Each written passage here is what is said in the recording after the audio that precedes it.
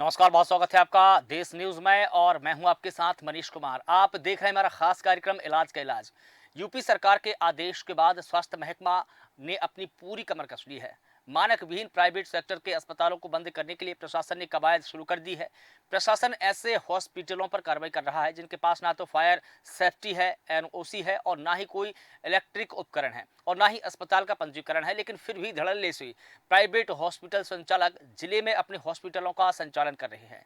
ऐसा ही एक मामला रायबरेली से सामने आया है, जहां एक दुकान के अंदर प्रयास हॉस्पिटल संचालित चल रहा था। बता दें कि दुकान के अंदर जिस पर एसडीएम और सीएचसी अधीक्षक ने छापेमारी की है। एसडीएम और सीएचसी अधीक्षक ने अस्पताल परिसर में दस्तावेजों की जांच पड़ताल की तो पता चला कि आधे अधूरे दस्तावेज मिले हैं। अस्पताल परिसर में गर्भ निरोधक दवाइयां भी बरामद की गई है। एसडीएम को देखकर मौके से आधा स्टाफ मौके से गायब हो गया। जांच के दौरान मौके से डॉक्टर भी नहीं मिले हैं। इसके अलावा अस्पताल में फायर किट भी मौजूद नहीं थी, जिससे कि अंदाजा लगाया जा सकता है कि अस्पताल की असुविधा लोगों की जान से खिलवाड़ कर रही है, क्योंकि ये मानक विहीन अस्पतालों में कभी कभार ही विशेषज्ञ डॉक्टर आते हैं, अधिकतर समय तो आते नहीं हैं और अधिकतर अस्पताल नर्स और अनट्रेंड स्टाफ के भरोसे ही चल रहे हैं। ऐसे में मरीजों का इलाज अनट्रेंड स्टाफ के द्वारा ही किया जाता है, उनका ट्रीटमेंट किया जाता है, जिससे कि लोगों के स्वास्थ्य के साथ में सीधा खिलवाड़ है। स्वास्थ्य विभाग और अग्निशमन विभाग की अनदेखी के चलते अस्पतालों का गोरख धंधा धड़ल्ले से चल रहा है, खूब फल फूल रहा है। मानक विहीन अस्पतालों पर अंकुश न लगा पाने से संचालकों के हौसले लगातार बुलंद होते जा रहे हैं और इन्हीं बुलंद हौसलों के चलते एक के बाद एक कई मानक विहीन अस्पताल संचालित हो रहे हैं और लगातार इनकी संख्या में इजाफा भी हो रहा है। आखिर इन अस्पताल संचालकों को किसका संरक्षण मिल रहा है, ये एक बड़ा सवाल है, जिसके कारण स्वास्थ्य विभाग भी जानकर भी अनजान बना हुआ है। अब ऐसे में स्वास्थ्य विभाग के जिम्मेदार अधिकारियों की कार्य प्रणाली पर भी सवाल उठे तो कहीं ना कहीं स्वास्थ्य विभाग ने इक्का दुक्का हॉस्पिटलों पर, अस्पतालों पर यह कार्रवाई की है। अब जब कार्रवाई हो रही थी तो वहां पर कई प्रकार के दस्तावेज मिले हैं, जो कि आधे अधूरे भी हैं और जिनमें कई प्रकार के कमियां भी मिली है। लेकिन सबसे पहले हम वो बयान सुन लेते हैं कि उप जिलाधिकारी डलमऊ ने इस पूरे मुद्दे को लेकर क्या कुछ बयान दिया है। वहाँ डलमऊ प्रभारी चिकित्सा अधिकारी के साथ उसका निरीक्षण किया गया और जांच में ये पाया गया कि उनका लाइसेंस तो बना हुआ है, लेकिन उनके इंफ्रास्ट्रक्चर है मानक के अनुरूप नहीं दिखाई पड़े। इसके संबंध में रिपोर्ट भेजी जा रही है और जो भी समुचित कार्रवाई होगी कि मानक के अनुरूप न होने पर भी इनका अगर लाइसेंस बना है तो वो इस विषय और भी आगे जांच का विषय है, तो इसकी जांच कराई जाएगी। और किटें वहाँ जो इनके यहाँ डॉक्टर्स की जो लिस्ट थी इनके लाइसेंस में, उसमें तो गायनेकोलॉजिस्ट और भी कई डॉक्टर्स के थे। उसमें किट एक एबॉर्शन किट डॉक्टर ने बताया जो साथ में चिकित्सक मौजूद थे, तो उनका कहना था गायनेकोलॉजिस्ट के उपस्थिति में ये परमिसिबल है। फिर भी ये जांच का विषय है, वो जांच करेंगे। नहीं, वहाँ पे तो मौके पे तो उनका भी एक जो मैनेजमेंट देखता वो था और कुछ स्टाफ और थे, 3-4 स्टाफ और थे, डॉक्टर्स इसमें उपस्थित नहीं थे। तो आपने बयान सुना कि किस प्रकार से मानक विपरीत संचालित हो रहा था ये अस्पताल। दुकान के अंदर ये अस्पताल संचालित हो रहा था। एसडीएम डलमऊ और सीएचसी अधीक्षक ने छापेमारी की है, जिसमें कई प्रकार की कमियां मिली है। जैसे कि आपने बयान में भी सुना कि वहां पर जो पंजीकृत डॉक्टर हैं उनमें भी कई कमियां हैं। जो संचालक थे वो मौके पर नहीं मिले और एसडीएम की सूचना मिलते ही सीएचसी अधीक्षक जब मौके पर पहुंचे तो कई स्टाफ वहां से गायब हो गए। जो जिनका हॉस्पिटल था, जो हॉस्पिटल के संचालक है, वो भी मौके पर नहीं मिले हैं। तो कुल मिला के ये देखा जाए कि छापेमारी के दौरान आपत्तिजनक कई चीजें बरामद की गई है। एसडीएम इस पूरे मामले की जांच पड़ताल कर रहे हैं और बता दें कि दस्तावेजों की भी जांच पड़ताल की जा रही है कि दरअसल अस्पताल का पंजीकरण है या नहीं, जितने डॉक्टर वहां पर काम कर रहे हैं क्या उनका रजिस्ट्रेशन है, क्या उनके लाइसेंस है, कितने लोगों के लाइसेंस है, तमाम चीजों की वहां पर जांच पड़ताल की जा रही है। इस पूरे मुद्दे पर बात रखेंगे। हमारे साथ में कुछ मेहमान जुड़े हैं जिनका परिचय करा देते हैं। बलवंत सिंह हमारे साथ में जुड़े हैं, संवाददाता है रायबरेली से। इसके अलावा सतीश गौतम जी हमारे साथ में जुड़े हैं, समाजवादी पार्टी से पक्ष रखेंगे, राष्ट्रीय महासचिव हैं आप। इसके अलावा ओम शंकर शुक्ला जी हमारे साथ में जुड़े हैं, वरिष्ठ पत्रकार हैं। सर, आपका बहुत स्वागत करता हूं। बलवंत, सबसे पहले आपका रुख कर लेता हूं। जिस प्रकार से प्रयास हॉस्पिटल की यहाँ पर बात चल रही है, कल यहाँ पर छापेमारी की गई है, कई दस्तावेज बरामद हुए हैं। हालांकि ये भी बताया जा रहा है कि जो दस्तावेज मिले हैं वो आधे अधूरे हैं। इसके अलावा अस्पताल में क्या क्या कमियां रही है और जिस प्रकार से यहाँ पर छापेमारी की गई है तो जो अस्पताल का स्टाफ था वो भी मौके से फरार हो गया, आखिर क्यों, क्या है रिपोर्ट, बताइए विस्तार से। जी, आपको बता दूं कि सबसे पहले ये रायबरेली रायबरेली रायबरेली जनपद जनपद के जो डलमऊ तहसील पड़ती है, वहाँ पे ये सब प्रयास हॉस्पिटल संचालित हो रहा था और इसमें ये काफी दिनों से चल रहा था, लेकिन ये जब मीडिया में सुर्खियों में आने के बाद कई ऐसे खबरें प्रकाशित हुई और उसके बाद जब प्रशासन नींद से जागा, उस पर छापेमारी कर कार्रवाई के नाम पर खाना पूर्ति करते करते हैं। लेकिन वही बात करें तो आखिर क्या जो जिम्मेदार अधिकारी है, क्या उनको पहले नहीं दिखाई पड़ा? और ये अभी क्या उनको अभी तत्काल में ही उनको छापेमारी करना, लेकिन जब मीडिया में खबर चलने के बाद कई उसमें उस सुर्खियों में आया हॉस्पिटल, तो उसमें जांच करने उप जिलाधिकारी डलमऊ मनोज कुमार सिंह और सीएससी अधीक्षक नवीन कुमार सिंह मौके पर पहुंचे हैं प्रयास हॉस्पिटल में जांच करने। लेकिन जांच के नाम पे जब यहाँ पे जब पहुंचते हैं तो आधा स्टाफ वहां से मौके से फरार हो जाता है, लेकिन जो जिसके नाम से हॉस्पिटल संचालित होता है वो भी मौके से नहीं रहता है। लेकिन जो इसमें दवाइयां मिली है काफी स्थिति उनकी खराब है, लेकिन वो आपत्तिजनक है, जैसे गर्भ निरोधक गोलियां हैं और भी कई तरह की दवाएं जो मिली है काफी भारी मात्रा में। कागज भी अभी हाल ही में आपको बता दें कि 3 जुलाई को रिन्यूअल कराया गया था हॉस्पिटल का जो कागज है 3 जुलाई को। जी जी बिल्कुल ठीक है बलवंत, लेकिन जब छापेमारी चल रही थी तो कितनी प्रकार की कमियां अस्पताल में मिली है? क्या अस्पताल का पंजीकरण था या नहीं था? वहां पर जितने डॉक्टर काम कर रहे थे, कितने डॉक्टर पहले तो वहां पर काम कर रहे थे और उन सभी का क्या लाइसेंस है? क्या सभी का पंजीकरण है? जी, आपको बता दें कि वहाँ पे ना तो डॉक्टर कोई आता है, ना कोई इस तरह के कोई डॉक्टर है, पंजीकरण नहीं, लेकिन हॉस्पिटल जो है संचालक किया जाता है प्रयास हॉस्पिटल के नाम से, लेकिन ये 3 जुलाई को अब इसका रजिस्ट्रेशन हुआ है। उसके पहले भी ये अवैध रूप से चल रहा था। लेकिन प्रशासन जब इसकी खबर मीडिया में चली है, मीडिया में चलने के बाद प्रशासन हरकत में आया और उसने कार्रवाई के नाम पर खाना पूर्ति कर रहा है। ठीक है, सत्येश गौतम जी हमारे साथ में जुड़े हैं समाजवादी पार्टी का पक्ष रखने के लिए। सत्येश जी, आपसे जानना चाहूंगा जिस प्रकार से प्रयास हॉस्पिटल का पूरा मामला है, जहां पर देखिए पहली बात तो ये है कि दुकान में, बाकायदा दुकान में ये अस्पताल चल रहा था, कई प्रकार के मरीजों का यहाँ पर इलाज हो रहा था, लेकिन जो दवाइयाँ वहाँ पर बरामद हुई है जिसमें गर्भ निरोधक दवाइयाँ भी है, इसका मतलब ये है कि वहाँ पर जो भ्रूण है उसकी जाँच भी की जाती रही होगी, अल्ट्रासाउंड भी की जाती रही होगी, या अबॉर्शन भी किया जाता रहा होगा, कई प्रकार की आशंकाएं हैं, क्या कहेंगे आप? देखिए, जो मेरा मानना है, हम्म जो इस समय पूरे जिले में हम्म इस तरह के कई अस्पताल सामने हैं और उनका प्रशासनिक रूप से जो भी कार्रवाई होनी चाहिए वो नहीं हो पा रही, हम्म क्योंकि जो मेरा देखने का अंदाजा है, क्योंकि सरकार में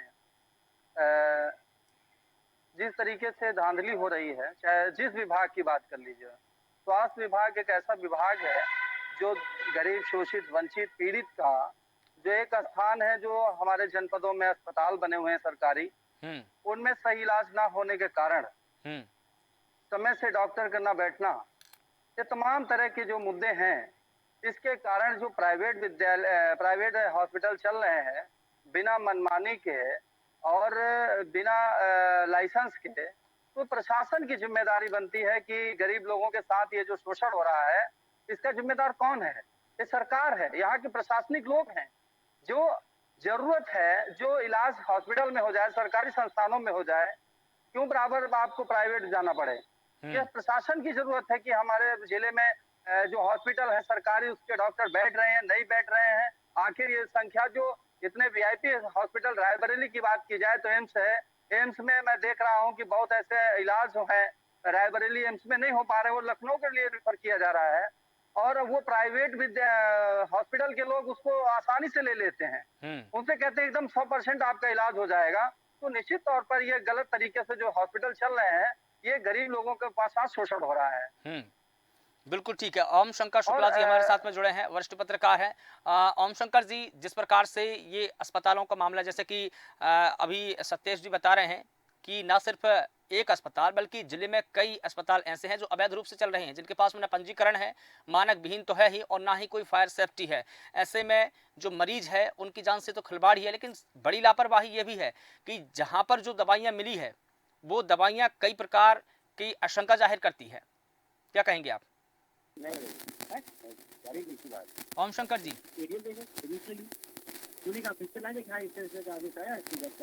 ओम शंकर जी सुन पा रहे हैं आप मुझे? ओम शंकर जी से लगता है हमारा संपर्क नहीं बन पा रहा है। मोहित द्विवेदी जी हमारे साथ में जुड़े हैं, अधिवक्ता है। मोहित जी, क्या आप मेरी आवाज सुन पा रहे हैं? जी जी, आवाज आ रही है आपकी, आवाज आ रही मोहित है। जी, जिस प्रकार से हम अस्पतालों की यहाँ पर बात कर रहे हैं, कई अस्पताल ऐसे हैं जो मानक विहीन चल रहे हैं, जहाँ पर कई प्रकार की लापरवाही भी है, मरीजों की जान से खिलवाड़ किया जा रहा है। लेकिन सबसे बड़ी बात यह है कि अभी प्रयास हॉस्पिटल में जब छापेमारी की गई, एसडीएम वहां पर पहुंचे, सीएचसी अधीक्षक वहां पर पहुंचे, लेकिन जो दवाइयां मिली है वहां पर गर्भ निरोधक दवाइयां, देखिए सबसे बड़ी लापरवाही यही है कि जो दवाइयां मिली है वो आशंका जाहिर करती है कि क्या यहाँ पर अबॉर्शन किया जाता रहा होगा, क्या यहाँ पर जो भ्रूण है उसकी पहचान की जाती होगी। बहुत सारे सवाल हैं, क्या कहेंगे आप? जी, बिल्कुल ये बात सही है। जिस समय ये छापेमारी कार्रवाई हुई है, उसमें अधिकारी भी जो बता रहे हैं कि कुछ वहाँ पे मिला है। लेकिन सबसे बड़ी बात ये है कि जब उनको इतने सारे तथ्य मिले हैं, सबूत मिले हैं हॉस्पिटल के खिलाफ, तो अभी तक कार्रवाई क्यों नहीं की गई? क्या वजह है? क्या कोई किसी ने अधिकारी रोक रखा है, या किसी सत्ता पक्ष के नेता का दबाव है कि कार्रवाई नहीं हो पा रही है इनसे? और वहाँ से 10 कदम की दूरी पर एक क्लिनिक और है जो एलोपैथिक की होम्योपैथिक की डिग्री लेकर के एलोपैथिक की दवाई बेच रहा है। मतलब कि होम्योपैथिक की डिग्री लिए हुए है और अंग्रेजी दवाओं का व्यापार कर रहा हुआ है। छापा मारा गया, पकड़े गए, मरीजों को भगा दिया, लेकिन कार्रवाई कुछ नहीं हुई अभी तक। तो कहीं न कहीं सरकार खुद झोला छाप जो चिकित्सक हैं उनको बढ़ावा दे रही है, और क्षेत्र में गरीब जनता जो है वो उनको शोषण किया जा रहा है। 100 मीटर की दूरी पर हमारा सरकारी अस्पताल डम्मू सामुदायिक स्वास्थ्य केंद्र है। यहाँ पे अधिकारी तैनात रहते हैं, लेकिन स्वास्थ्य विभाग के जो अधिकारी अधीक्षक हैं उन छापेमारी कभी नहीं की है। कहीं न कहीं उनकी भी इसमें संलग्नता पाई जा रही है, क्योंकि प्रत्येक डॉक्टर जो यहाँ डम्मू सामुदायिक स्वास्थ्य में तैनात है वो 3-3, 4-4 साल से वही तैनात है। अभी तक उनका स्थानांतरण नहीं किया गया है। अधीक्षक जी जो है नवीन कुमार शर्मा जी, वो यहाँ करीब 2.5 से 3 साल तैनात है, तो उनको यहाँ पे चप्पे चप्पे का मालूम है कहाँ से कौन सिस्टम उनको करना है। तो बिल्कुल कहीं न कहीं सरकार की इसमें लापरवाही बरती जा रही है। अधिकारी के मामले को लेकर के अनदेखा कर रहे हैं और गरीब जनता के साथ शोषण हो रहा है, स्वास्थ्य के साथ खिलवाड़ किया जा रहा है। बिल्कुल ठीक। और देखिए जिस प्रकार से ये भी बताया जा रहा है कि प्रयास हॉस्पिटल, जिसकी अपनी खुद की बिल्डिंग होनी चाहिए थी, जिसका खुद का अपना भवन होना चाहिए था, वो दुकान के अंदर संचालित हो रहा था, लंबे समय से ये संचालित हो रहा है। लेकिन देखिए जो स्वास्थ्य विभाग है उसकी गाइडलाइंस ये कहती है कि जब हम अस्पताल खोलेंगे तो उसमें कई प्रकार के मानकों को हमको दुरुस्त करना होता है। पहली बात तो ये है कि भवन की परमिशन हमारे पास में हो, जिस भी जगह पर हम अस्पताल संचालित कर रहे हैं उसकी हमारे पास में परमिशन हो। इसके अलावा स्वास्थ्य विभाग एक और प्रमाण पत्र जारी करता है जिसे हम पंजीकरण कहते हैं जिले स्तर का, वो हमारे पास में होना चाहिए। बिल्डिंग कितनी जगहों में होनी चाहिए, कितनी उसकी स्क्वायर फीट में होनी चाहिए, ये भी हमारे पास में होना चाहिए। जितने डॉक्टर हमारे पास में है, काम कर रहे हैं, उनका लाइसेंस होना चाहिए, उनकी डिग्रियां होनी चाहिए, उनका अनुभव प्रमाण पत्र होना चाहिए। जो भी नर्सिंग स्टाफ हमारे पास में है, क्या उनका नर्सिंग काउंसिल में रजिस्ट्रेशन है, क्या उनका स्वास्थ्य विभाग में रजिस्ट्रेशन है, तमाम प्रकार की जाँच होनी चाहिए, मानक होने चाहिए। अब इन तमाम मानकों को दरकिनार करके यहाँ पर काम किया जा रहा था। अब यहाँ पर छापेमारी की गई है, लेकिन एफआईआर किसी पर नहीं की गई है। जैसा कि आप भी बता रहे थे, कार्रवाई कोई नहीं हुई है।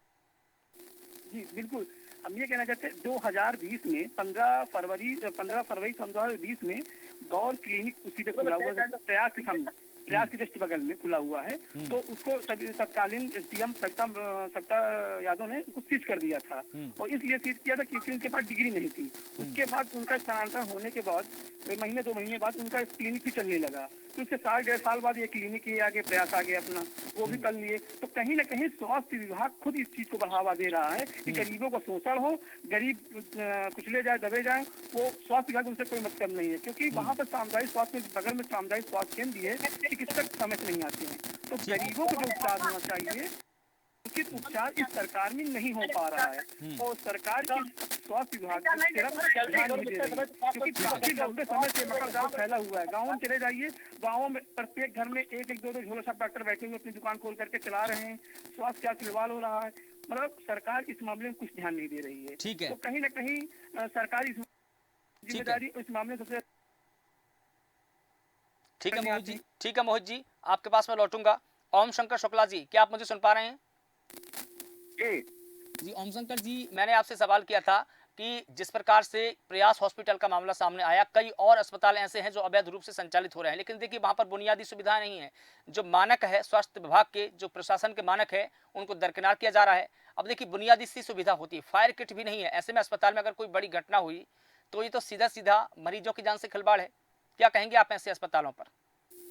बिल्कुल, ये तो एक हॉस्पिटल का मामला आया है, जबकि पूरे जनपद की बात करी जाए तो कम से कम जो है 700 से 800 नर्सिंग होम संचालित है, जो ग्रामीण क्षेत्रों में छोटी छोटी जगहों पर जो है वो दुकानें खोलकर एक नर्सिंग होम का बोर्ड लगा लेते हैं और मरीजों का इलाज शुरू किया जाता हो जाता है।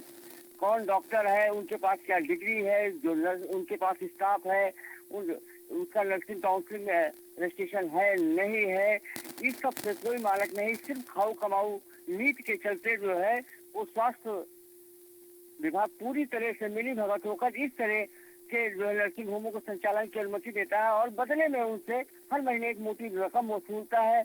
और मरीजों को इस तरह के जब गैर जिम्मेदार लोग बगैर किसी डिग्री के इलाज करते हैं तो निश्चित है मरीजों को जान देकर उसकी कीमत चुकानी पड़ती है।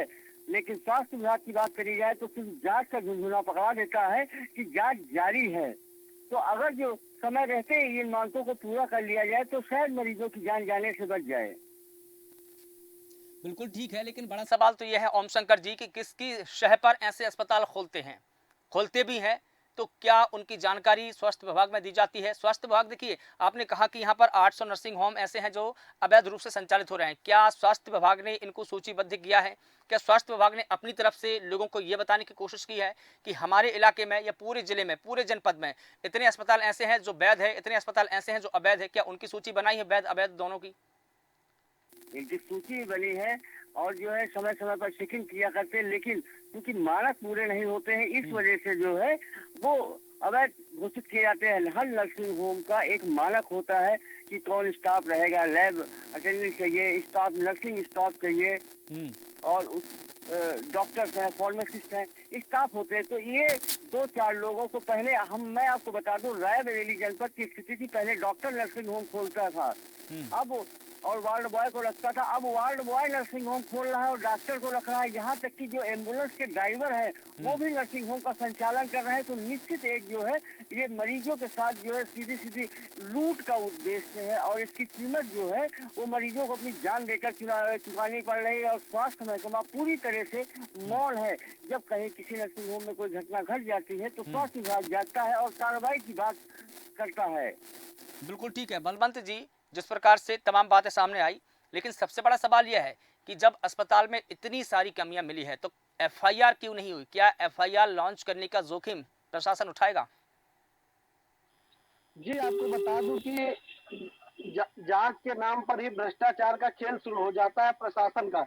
जो प्रशासन है वो जांच के नाम पर अस्पताल संचालक हो या कुछ भी हो, जांच के नाम पे उसकी खाना पूर्ति करता रहता है और वो एक मोटी रकम जांच के नाम पे पहुंच जाती है, लेकिन हॉस्पिटल फिर से संचालित हो जाता है।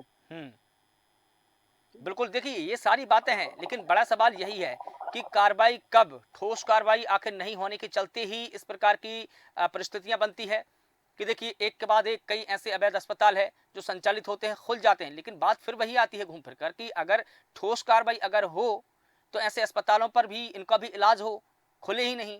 बात वही है कि एफआईआर लॉन्च कब होगी? बलवंत जी, बलवंत जी सुन पा रहे हैं आप? जी जी बोलिए। बलवंत जी, वही सवाल लौटकर फिर आता है कि ठीक है, सारी बातें हो चुकी है, जांच पड़ताल हो चुकी है, दस्तावेज भी आधे अधूरे मिले हैं, नर्सिंग स्टाफ भी वहां पर पर्याप्त नहीं था, जो डॉक्टर थे उनके भी लाइसेंस नहीं मिले, तमाम बातें वहां पर मिली है, इतनी सारी लापरवाही, तो फिर एफआईआर लॉन्च कब होगी? बड़ा सवाल फिर यही है। जी आपको बता दूं कि हमने जैसे पहले भी बताया कि जो अधिकारी है, जो जांच करने अधिकारी जाता है, जांच के नाम पर ही भ्रष्टाचार का खेल शुरू हो जाता है। वो एफआईआर दर्ज कराने की बात नहीं करता है। वो जो जिम्मेदार अधिकारी जांच करने जाता है वो मोटी रकम एवज में वो जो संचालक है, हॉस्पिटल संचालक है, उससे मोटी एवज रकम लेकर वो उस पर कार्रवाई एफआईआर न दर्ज कराकर जांच के नाम पर, मैंने आपको बता दिया है कि वो खेल शुरू हो जाता है। मोटी रकम लेकर वो मामले को रफा दफा कर देते हैं।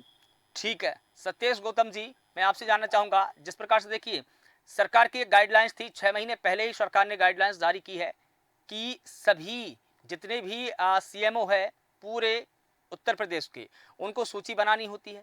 उनको ये भी कहा गया था कि आप बाकायदा 1 महीने के भीतर अवैध अस्पताल कितने चल रहे हैं, झोला छाप डॉक्टर कितने हैं, इनकी सूची बनानी है, इन पर कार्रवाई करनी है। लेकिन 6 महीने बीत जाने के बाद भी शासन की गाइडलाइंस का पालन नहीं हो पाया है, आखिर क्यों? सत्येश जी। ठीक है, मोहित द्विवेदी जी, क्या आप मुझे सुन पा रहे हैं? आवाज जी मोहित जी, सुन पा रहे हैं आप मुझे? जी आवाज आ रही है, आवाज आ रही है। मोहित जी, शासन की गाइडलाइंस थी, 6 महीने पहले शासन ने एक आदेश जारी किया था जिसमें सभी सीएमओ को ये आदेशित किया गया था कि आपको महीने भर के भीतर सभी अस्पताल ऐसे जो अवैध रूप से चल रहे हैं, ऐसे अस्पतालों की सूची बनानी है। ऐसे कितने डॉक्टर हैं जिनके पास में डिग्री नहीं है, जिन्हें झोला छाप कहा जाता है, उनकी सूची बनानी है। ऐसे कितने अस्पताल है जिनका रजिस्ट्रेशन है, पंजीकरण है, वैध है, ऐसे अस्पतालों की भी सूची बनानी थी। आखिर क्या वजह रही है कि आज तक, अभी तक जब हम ये बहस कर रहे हैं, सवाल पूछ रहे हैं, अभी तक भी सीएमओ द्वारा ऐसी कोई कार्रवाई नहीं की गई, ऐसी कोई लिस्टिंग नहीं की गई है? बिल्कुल ये कह रहे प्रशासन जो है कोई ना कोई घटना के इंतजार कर रही, कोई बड़ी घटना घटित हो और हम सूची बना के दें, क्योंकि जलमऊ तहसील क्षेत्र के अंतर्गत कम से कम 200-300 से ऐसे झोला छाप डॉक्टर हैं जो बड़ी बड़ी क्लिनिक और हॉस्पिटल चला करके काम चल रहे हैं। उनके पास ना डिग्री है, ना कुछ भी है, ना कोई मानक है, क्योंकि मानक होना सबसे बड़ी बात है। यहाँ पे कुछ मानक नहीं है और प्रशासन धड़ल्ले से प्रशासन की मिली भगत से यहाँ पे क्लिनिक चल रहे हैं। और सबसे बड़ी बात स्थिति ये है कि यहाँ अधिकारी जो मौके पर अधिकारी हैं या वो भी कोई कार्रवाई नहीं करते, तो उनका कहीं ना कहीं हौसला झोला छाप चिकित्सकों को बना हुआ है कि वो अपना काम करते रहे और मरीजों के साथ खिलवाड़ करते रहे। प्रशासन अभी तक इन्होंने कोई सूची बना के नहीं दी है और जिनके ऊपर कोई कार्रवाई की है तो उस पर वो दोबारा भी कार्रवाई नहीं की है कि आपसे दोबारा पहले सीज किया गया था, दोबारा आपने क्यों ऑन कर संचालित कर दिया क्लिनिक सेंटर को। तो कहीं ना कहीं प्रशासन और किसी न किसी सत्ताधारी अधिकारी के नेता का दबाव होने की वजह से अधिकारी कार्रवाई नहीं कर रहे हैं। ठीक है, आप सभी का बहुत शुक्रिया इस पूरे मुद्दे पर बात रखने के लिए। तो बता दें कि प्रयास अस्पताल मानक विहीन चल रहा था, जिस पर प्रशासन की टीम ने छापेमारी की है। दुकान के अंदर ये अस्पताल संचालित था। एसडीएम और सीएचसी अधीक्षक ने औचक निरीक्षण किया, या दूसरे रूप में कहूं कि छापेमारी की, जिसमें कई आपत्तिजनक दस्तावेज भी वहां पर मिले हैं। कई ऐसी चीजें हैं जो आपत्तिजनक बरामद हुई है। कई प्रकार के सवाल यहां पर खड़े होते हैं, लेकिन सबसे बड़ा सवाल तो यही है कि जब इतनी सारी लापरवाही अस्पताल के अंदर थी तो जो अस्पताल के संचालक है उन पर एफआईआर क्यों नहीं की गई है। और देखना यह भी होगा कि इस खबर के बाद में क्या प्रशासन एफआईआर लॉन्च करेगा। फिलहाल देश न्यूज के खास कार्यक्रम में बस इतना ही। देश और दुनिया की तमाम बड़ी खबरों के लिए आप लगातार बने रहिए देश न्यूज के साथ। नमस्कार।